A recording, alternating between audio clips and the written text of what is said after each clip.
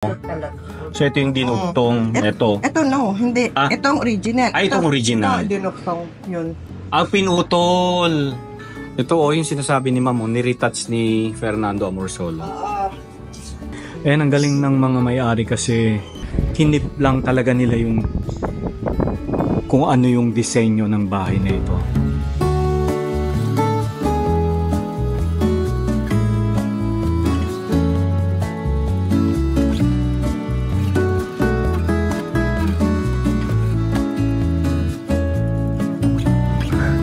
So yung isa sa mga bahay na napasok na natin ito, Casa Ona. Ayan, pero yun hindi pa. Ayan o. Ito kasi hindi ito open for public viewing. Ito, open sila. Isa sa... Oo. Isa sa mga well-preserved na lumang bahay. Halika na. So grabe na mga kaitsubero, napakaraming mga lumang bahay dito. Ayan, so karamihan ng mga bahay dito ay private owned. Hindi pag-aari ng gobyerno, kaya karamihan ng mga bahay na napuntahan na natin ay nag-direct lang tayo sa mga may-ari. Ayan o. So yung may-ari nito, sila rin daw yung may-ari ng bahay na yon. Pero eto, parang iba yata yung may-ari. So hindi kasama yan. Dito muna tayo. Ayan o. Ayan o. Gusto lang ito, tinaas. Ay, tinaas lang. Oo, dati mababa. Oo, pero halos ganyan din ang mga kahoy-kahoy niya. Oo. 1917 niya. 1917. So ano na to?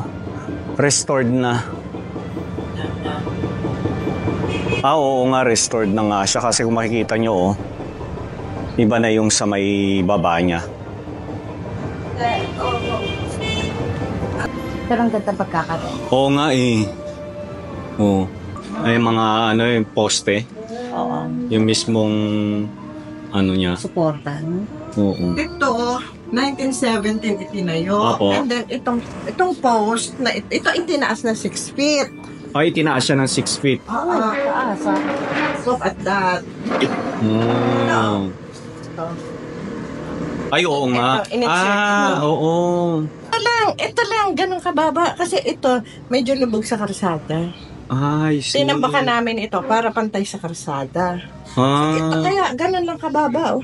Oo nga, no. Kababa. Ang galing. Pag pumapasok So, dinagdagan nyo siya para tumaas. Pag pumapasok kami sa loob, nakatungo ka. Kasi silong talaga, ma'am, no? Talaga. Pinutol. Pinutol. Okay. So, ito yung original. Ito yung dinagdag. Yan ang dinagdag. Tapos yung dinugtong na lang doon sa original 6 para feet. tumaas. Yan, original din. Ito Original galing din dito. Oo. Tiba yun, no? Kasi So, ito tumaas siya. Ito, yung bang nakalabas. Opo. Tingnan mo ito. Ang ganda ng bahay nyo. Yung bitana, Oo. Ito, 1917. Ayan, hindi ko pinabuburan. Ay, oo nga, no? Model May nakasulat. 1917. Wow. Pero ang gamit nito, lahat ay original. Oo. Lahat po yung mga kagamitan dito. Ito, yan, ang aparador. Aparador. Yes, ito yung aparador. Opo. Diyan, pati ang oval Oo. na tea table na yan. Ay, oo nga, no? Ito, yung lutoan ba ng minatamis, ang tawag nila tatso. May ganun pala.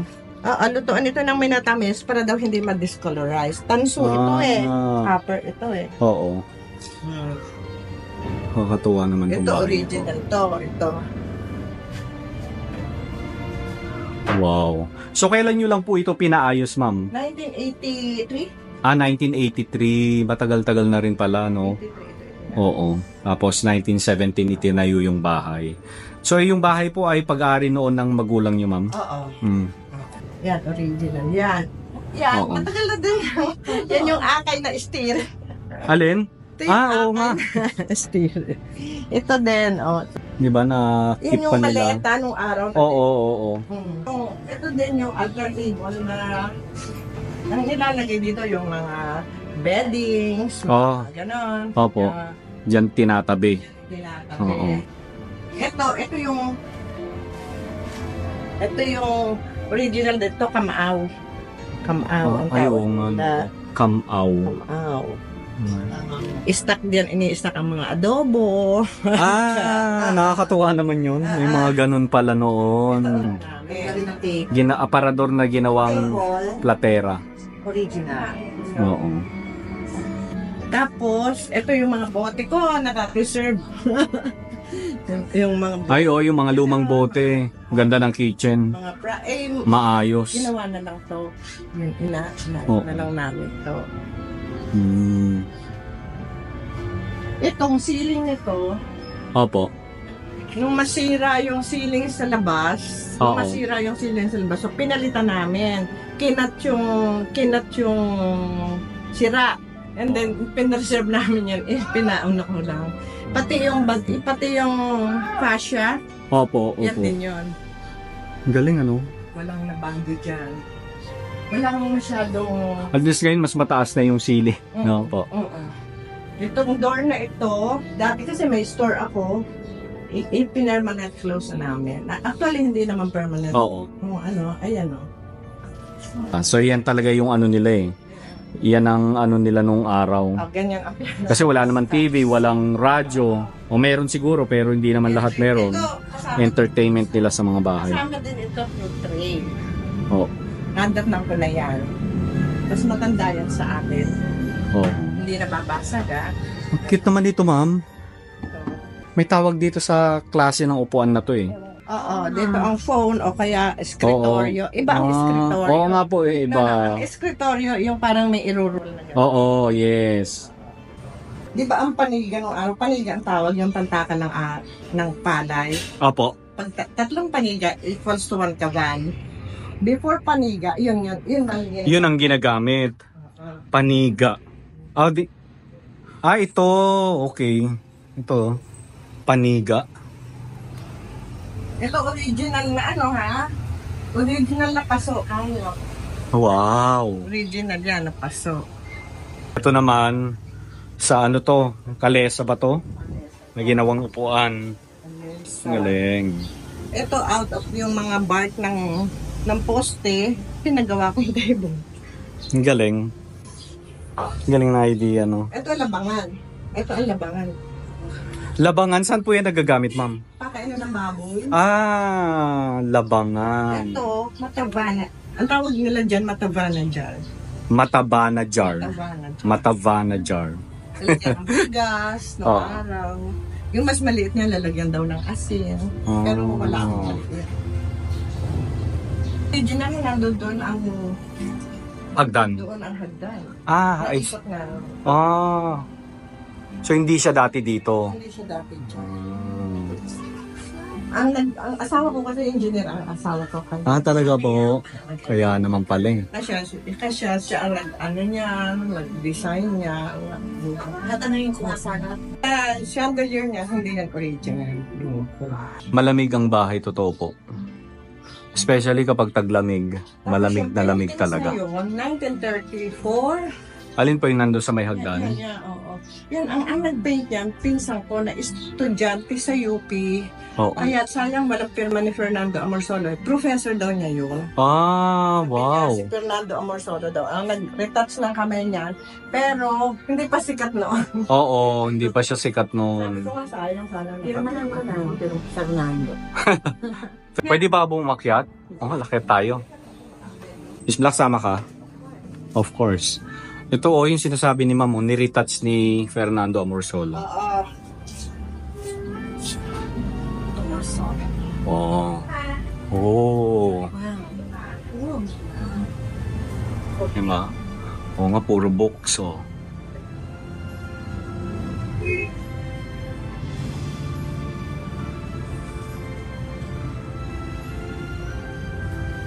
So itong taas original. Lahat ay original. So parang ito yung family, ano nila, no? Family lounge or room. May papakita daw si ma'am sa atin. Papakita ko sa inyo. Ano po yan, ma'am? Pantagay? Napuin ka nung araw. Pupunuin mo ito ng tubig tapos gagano ka. Ano pong tawag dyan, ma'am? Hindi ko nga alam eh. Sabi nila, pag napuin ka, Lalagyan mo ng tubig. lalagyan ng tubig tapos Lalagay. kukusap ka. Yung ganon, tapos kalug. Ganon. Nice po. At least alam natin nung may ganyan pala May noon. ganyan pala ng araw. Pag nakita. Nakakatuwa naman yun. Shot na tayo. Shot. Oo nga, yun nga naisip ko, shot eh. Hindi lang. Shot na tayo. Ginagamit namin to. Dito kami kumukuha ng inumin. Ah, may gripo yan, di ba? Oo. May gripo yan. Di ba? Kasi, pag nalagay dyan ang tubig, malamig. Oo. Totoo. Wala pang ref nung araw. Parang malamig ang sahig ko. Ito, tinatago ko, may anak akong ophthalmologist. Talaga po. Kaya pala. Di ba? Itinaas itong bahay, lahat po ba yung mga walls na yan tanggal, ano? Kasi hindi na. Natanggal. Ang galing naman nilang magtaas ng bahay. 14 jacks. Jack lang. Ah, jack lang, inangat. Oh. Ina-jack. Tapos nilalagyan ng brace na kahoy. Oo. Pagkakaangat ng isa, kabila naman. So hanggang sa Tumaas nakatayo na siya. ito. Sa kanila nilagyan ng puting. Ah. Ang galing, buti hindi nasira. Kasi di ba kapag hindi even yung ano, Walang nasira. ang galing. Ang galing nila. Oo, ang galing nila. Ni-imagine ko paano nila yung inangat eh. Dapat ito i-roll. Papunta doon. Eh, may CR kami sa taas. Oo. Hindi daw nila maa-assure kung Kung, hindi ma-CCTV ganyan. 1983 pa? 82? Parang gano'n. Ito yung hagdan dito. dyan siya dati. Oo. Andito sa side na to, yung balkon. Ito yung terrace namin.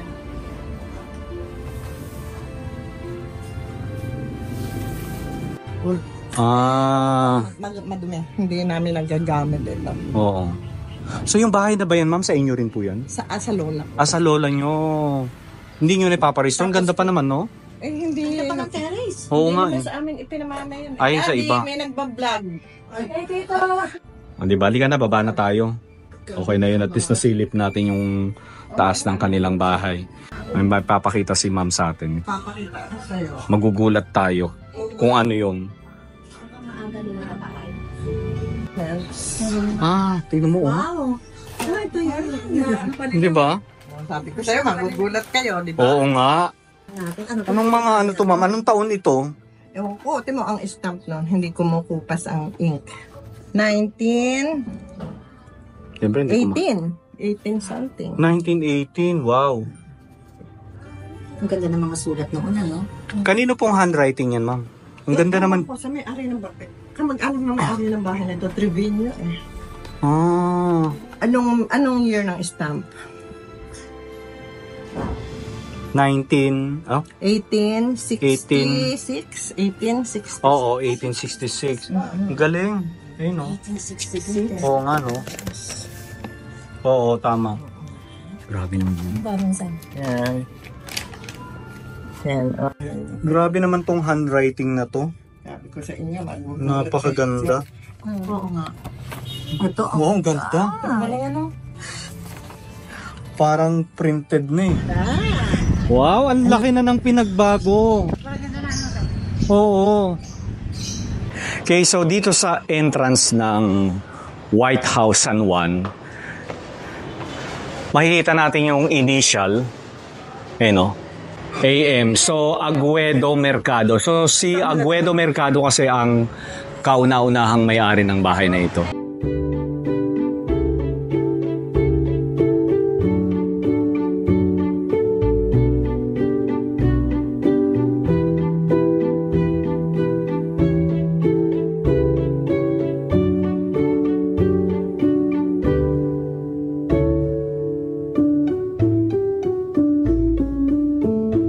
Sir Neil, maraming salamat ulit sa pag-imbita ulit sa amin na makabisit dito sa White House, San Juan, Batangas. So Sir Neil, kumusta naman po? Mabuti naman. Welcome, Sir Vern. Oo. After 11 months sa pagkakapunta. Oo nga po eh. Kung before, nabanggit ko sa inyo na sana sa awa ng Diyos, ma-restore namin ang labas ng bahay. Oo. So kasama ko si Julius, ang aking head restorer dito. So pinagtulungan namin i-restore at sa awa ng Diyos ay nagawa namin i-restore ang labas ng bahay. Kung makikita nyo, nung dating punta nyo dito, sadya namang puti ang pintura nito. Oo. So ang ginawa namin, inalis muna namin ulit yung mga lumang pintura. Ginamot namin yung kahoy. Basta kailangan talagang bakbakin, sir, ano? Oo. Ginawa ko namin, tinarimer namin, tapos natin para pumasil yung silyador. Oo. So naka-waterproof na siya, naka-primer na siya. So talagang para protected ulit ang So maglalas abot na siya, natin. no, sir, ano? Maglalas na siya.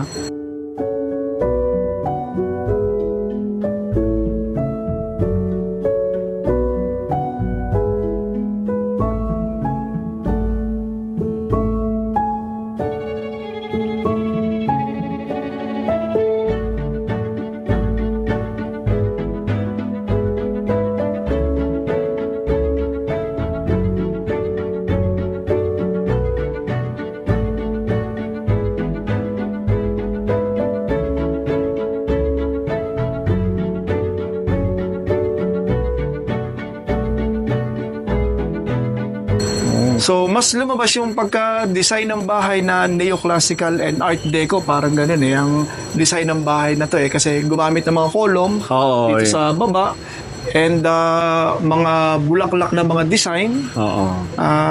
Art deco naman sa loob ng bahay. So, syempre, kita naman natin yung mga Yeah. linear shape niya.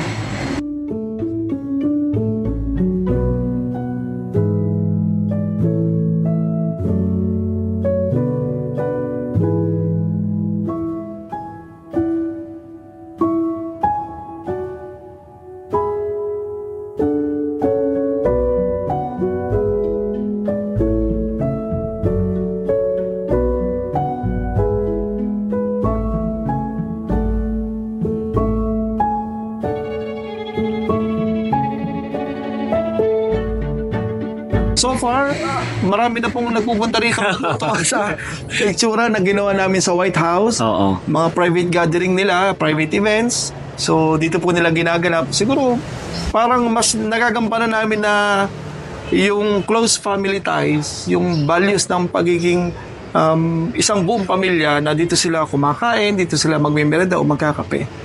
Plus, the ambience ng bahay, tingin ko naman ay nabigyan namin ng hustisya. Oo, yes. Pag-restore dito, di ba, Julius? Talaga. Kaya kaya tayo.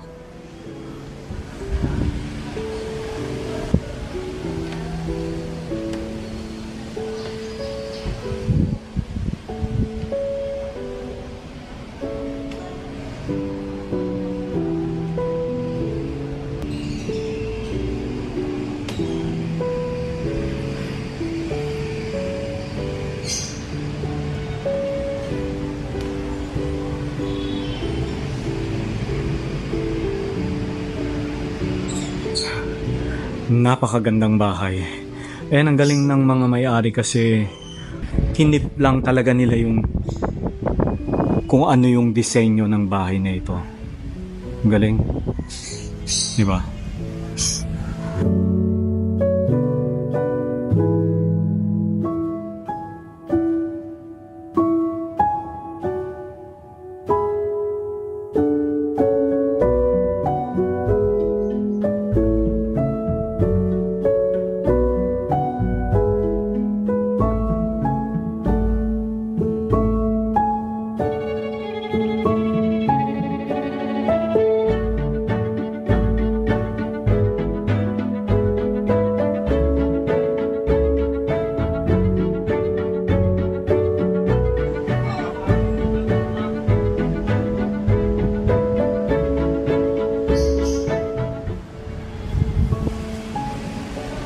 Pakita ko sa inyo yung CR.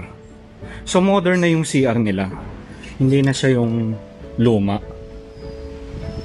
Baka awayin ako ng iba sa inyo eh. Ayan o. Kasi hindi ko pinakita yung CR. Oh. Diba?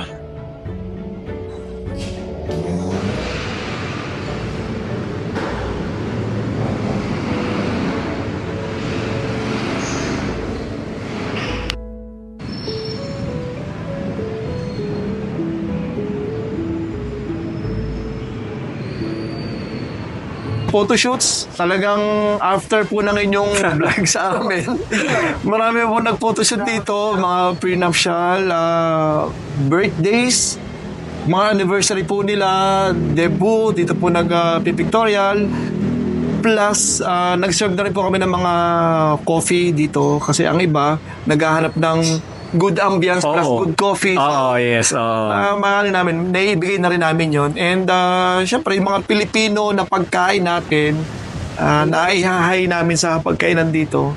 So, para mas kumpleto ang experience sila sa White House.